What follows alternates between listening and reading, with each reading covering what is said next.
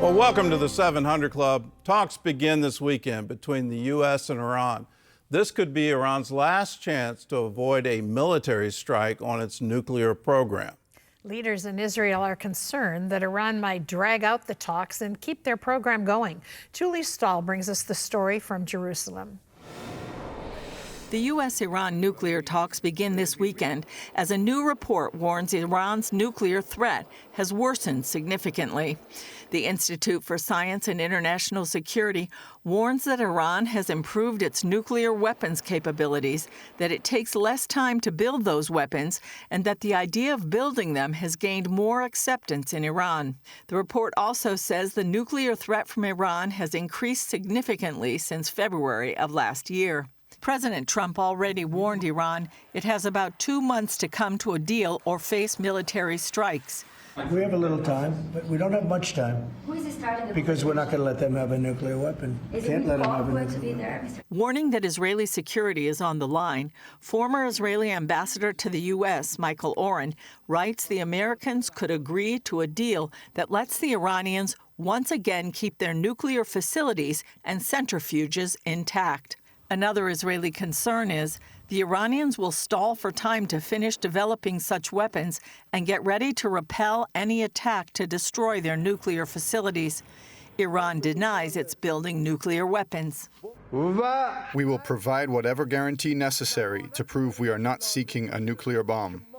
Trump has moved a massive amount of American military power into the Middle East that could strike Iran's nuclear facilities. The Iranians are trying to neutralize that threat, warning Tehran might stop cooperating with the International Atomic Energy Agency and expel its inspectors if military threats against Iran continue. Here in Israel, a new report says the Palestinian Authority is still paying allowances to terrorists who've killed Israelis.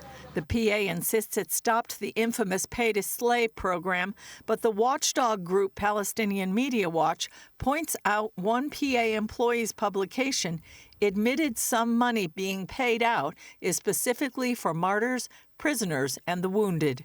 Meanwhile, both Trump and Israeli sources tell the Jerusalem Post it appears a new deal is close to getting the remaining hostages who are alive freed. Want to get those 24 out really fast, and we're working on it very hard.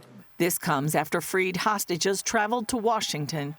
We are here because of President Trump. Thank you. Israeli government spokesman David Mencer points out Jews in Israel and around the world are preparing for Passover, also known as the Festival of Freedom. That's when Moses cried out to Pharaoh, "Let my people go." That cry is not just an ancient piece of history, it's our urgent living plea for the 59 hostages still held by Hamas in Gaza. Julie Stahl, CBN News, Jerusalem.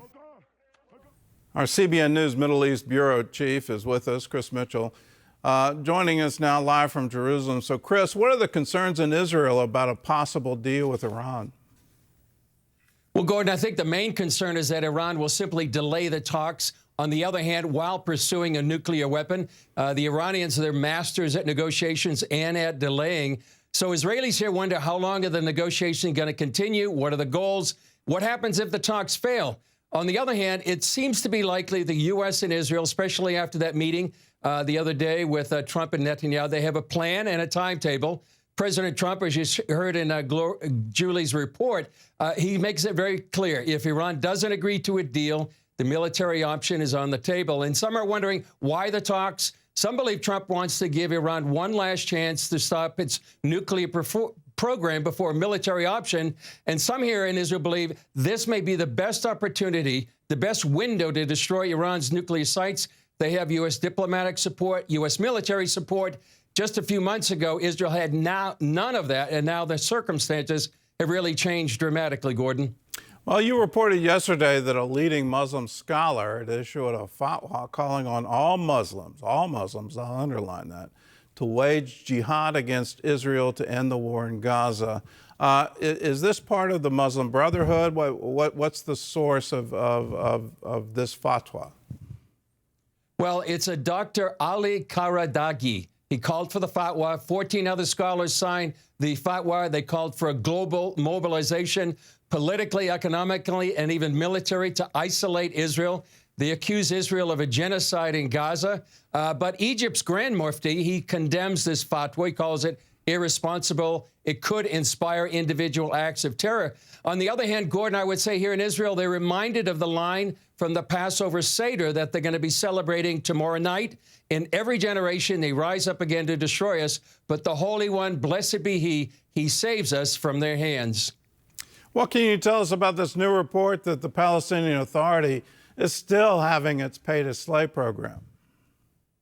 Well, pay-to-slay continues, Gordon. I talked to Itamar Marcus of the Palestinian Media Watch earlier today. He's the one that monitors this for many years. He says they're still paying, quote, martyrs, prisoners, and the wounded, and the PA is just finding a way to hide the payments to terrorists and their families without being detected.